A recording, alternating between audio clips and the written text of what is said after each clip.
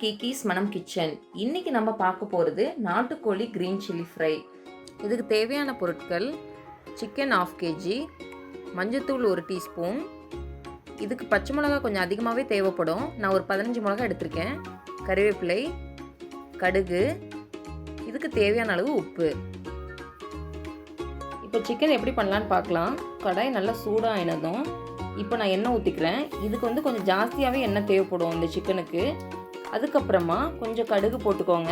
கடுகு நல்லா வெடிச்சிட்டோம். வெடிச்சதுக்கப்புறமா நீங்கள் பச்சை மிளகாயை நல்லா கீறி போட்டுக்கோங்க. இது கீறி போட்டால் தான் நல்லா டேஸ்ட் இருக்கும். அந்த பச்சை மிளகா உங்களுக்கு நல்லா எண்ணெயிலே வேகணும். நல்லா வேகிற அந்த எசன்ஸ் தான் உங்களுக்கு சிக்கன் ஃபுல்லாக கொடுக்குற டேஸ்ட்டு. அதுக்கப்புறமா கறிவேப்பிலை சேர்த்துக்கோங்க. கறிவேப்பிலை நல்லா வதங்கட்டும். அப்புறமா மஞ்சத்தூள் 1 டீஸ்பூன் சேர்த்துக்குங்க. இது எல்லாமே நீங்கள் போட்டு நல்லா வதக்கிக்குங்க. வதக்கினதுக்கப்புறமா இது கூட சிக்கனை ஆட் பண்ணிங்க. சிக்கன் ஆட் பண்ணி நல்லா பரட்டிட்டு இதுக்கு தேவையான உப்பும் சேர்த்துக்குங்க. சேர்த்துட்டு ஏன்னா நாட்டுக்கோழிங்கிறதுனால கொஞ்சம் தண்ணி தேவைப்படும். இதுவே நீங்கள் பிராய்லரில் செஞ்சீங்கன்னா அதுவே தண்ணி ஜாஸ்தி விடுறதுனால நம்ம அதில் தண்ணி சேர்த்தவே தேவையில்லை உங்களுக்கு. இது நாட்டுக்கோழிக்கு ஒரு 1/2 டம்ளர் தண்ணி ஊற்றி நல்லா கலரி விட்டு நீங்கள் க்ளோஸ் பண்ணி வச்சுடுங்க.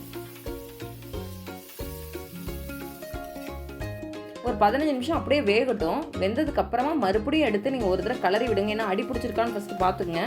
அடி பிடிக்கிற மாதிரி இருந்ததுன்னா மறுபடியும் ஒரு 1/4 டம்ளர் தண்ணி மட்டும் ஆட் பண்ணுங்கள். அதிகமாக தண்ணி ஆட் பண்ணாதீங்க. இதுக்கு மறுபடியும் க்ளோஸ் பண்ணி மறுபடியும் ஒரு 15 to 20 மினிட்ஸ் நல்லா வேக விடுங்க. இது கொஞ்சம் ட்ரை ஆகும். ட்ரை ஆனதுக்கப்புறமா இது எடுத்திங்கன்னா இதோட பச்சை மிளகோட எசன்ஸ் ஃபுல்லாக இறங்கியிருக்கும் உங்களுக்கு அந்த சிக்கனில். இதை சாதத்தோடு வச்சு சாப்பிட்டு பாருங்கள். சான்ஸே இல்லை, அட்டகாசமாக இருக்கும்.